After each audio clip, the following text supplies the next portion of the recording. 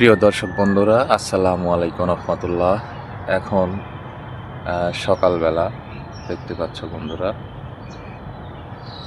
তো বিষয়টা হয়েছে, কিছুদিন আগে আপনার বাজারে ধনিয়া পাতা কিনতে গেলে আপনার 15 টাকা 20 টাকা দিয়ে 4-5টা ধনিয়া পাতা ধরিয়ে দিত।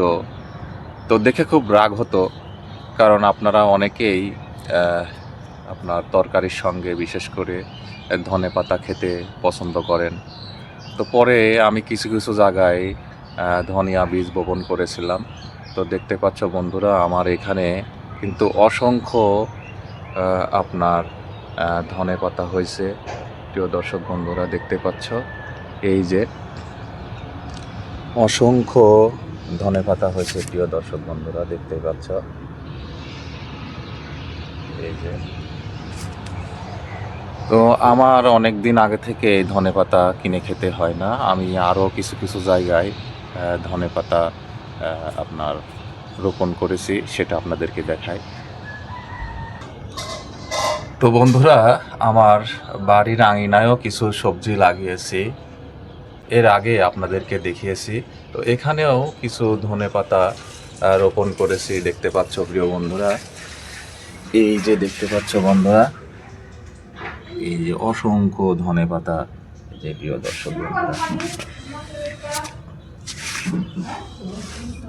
এই যে। তো এখানে অল্প একটু জায়গাতে আমি ইট দিয়ে ঘিরে দিয়েছি এবং এখানে কিছু ধনেপাতা রোপণ করেছিলাম। অনেক দিন থেকে কিন্তু এখান থেকে ধনেপাতা খাচ্ছি। তো আসলে শেষ করা যায় না, যার কারণে দেখতেই পাচ্ছেন একেবারে বড় বড় হয়ে গেছে। এবং এদিকেও আরও আছে, আমি আপনাদেরকে দেখাই।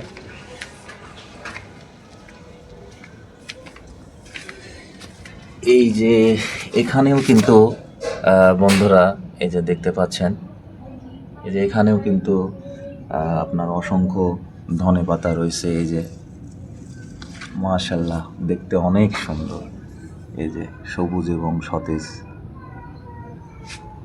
তো আমি যে কথা বলতে চাচ্ছি সেটা হলো, আমরা একটু চেষ্টা করলে কিন্তু বাড়ির আঙিনায় পতিত জায়গায় যে কোনো ধরনের সবজি চাষ করতে পারি। এই যে দেখতে পাচ্ছেন আমার এই ক্ষুদ্র জায়গাতে গরিবের এই সবজি বাগান। তো সবাই ভালো থাকবেন। আসসালামু আলাইকুম রহমতুল্লাহ।